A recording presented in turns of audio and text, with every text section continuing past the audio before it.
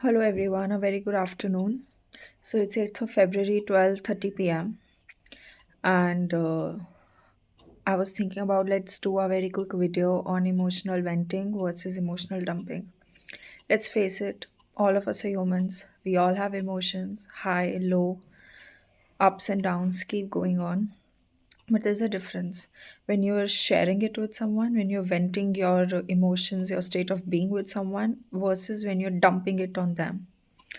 And especially this video is for people who have this savior syndrome, or we call it a very goody goody people, want to be there for everyone all the time, surpassing their own needs without making any healthy boundaries.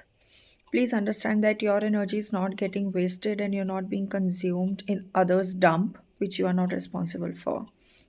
This video is in no way for me to propound coldness or be rude or break your relationships, friendships. No, not at all. So let's get down on to this. The first and foremost distinction between emotional venting and emotional dumping is you taking responsibility for what has happened with you. Now there are certain incidents which are beyond a human's control. For example, accident, or something happens with a loved one, or any sort of loss which is majorly a nature's call. It's not in your hands. There, the surge of emotions which come, the trauma which comes, and if you want to share with respect to that, of course you get all the brownie points.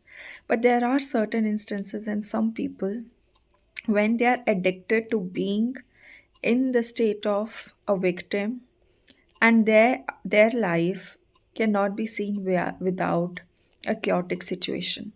That I would say it's a classic case of them not taking responsibility and therefore just sharing, and that I would categorize as emotional dumping. The main difference between venting and dumping is your sense of accountability and your sense of responsibility. Also, please understand, when a person shares their emotions with you, whether they are good as well as bad, they are there with you and they are expressing what is happening in their life with you in terms of good times as well as bad times. If something really nice has happened, they are telling, oh, this has happened, I felt so great, and I went here and this is what I experienced. And in terms of emotional turmoil, that is also or learning they express, or their state of being they express, that is a healthy venting because there is a balance. But there are sometimes we encounter some people, even in the form of our friends and our closed ones, when they open their mouth is only to share the problems. This happened, that happened, my mother-in-law did this, my friend did this, my parents did this happened in my career, this didn't happen, this one said that, this one said that, why it happens with me, why it doesn't happen with me, am I the only one, this one broke up with me, I did this for them, I did that for them. I'm done. I know it's a part of life, but there are also things when something good would have happened with you. Are you sharing that with the same person? No. The healthy or the positive aspect of life is very limited to themselves, or to show it on social media or in other sphere of their life. But then all the dukhras, all the melancholy, all the depression is just to vent. At times people also do it very unconsciously in order to gain sympathy, in order to show that, look, this is what has happened with us, you know please be aware from such people. They are not bad. They're just operating from a really, really low vibrational state, which you, as a human or anyone, is also on their life to progress ahead. Are you understanding?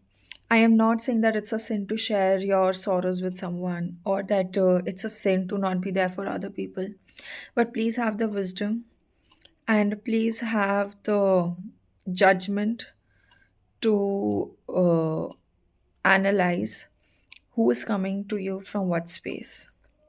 Because not like people are comfortable trauma dumping or sharing these things with everyone. It's only those who give them their attention and therefore empower, I would not say give them their sense of power. Also, in another way, where we can see the difference between dumping and venting is if you see that some emotional state continues beyond a period of time, and I'm talking this of months and years. Whenever they're talking, they're just in that zone. uh, this happened. You're getting what I'm trying to say. Third thing is you have to see, along with taking responsibility of the mess in their life, if a person is also working towards making some progress in terms of their emotional well being. And that I mean, if they're resorting to self help practices, self care, going for therapy, or reading even spiritual books, or carving their own path and not being a burden on anyone else. Another thing is, if they are really tired of their patterns and that's what they share with you and they really want to come out, but if you see, once they share with you, they go back to committing the same mistakes and the same issue lingers over and over and over again, and again they come back to you. That's a point where you need to please erect your boundaries. Of course, you making a judgment whether someone is venting or dumping is not a one day thing. It's over a period of time. When it happens, that's when you are like, okay, done. As much as it's really prudent for you to say if someone else is dumping on you or not, is also very important to keep a check on yourself whether you are not indulging in the same habits. Because unconsciously we know everything for others, we are very quick to see, but we don't look at ourselves. So it's a two-way street, it's not a one-way street. Last, but if I have missed any, yeah, I have covered almost all the points. So that's it for today.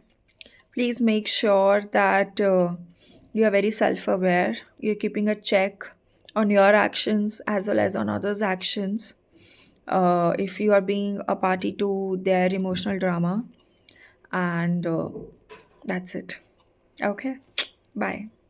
And also, if I've missed any point which you feel I should add or I should have added, please tell me in the comments below. See you.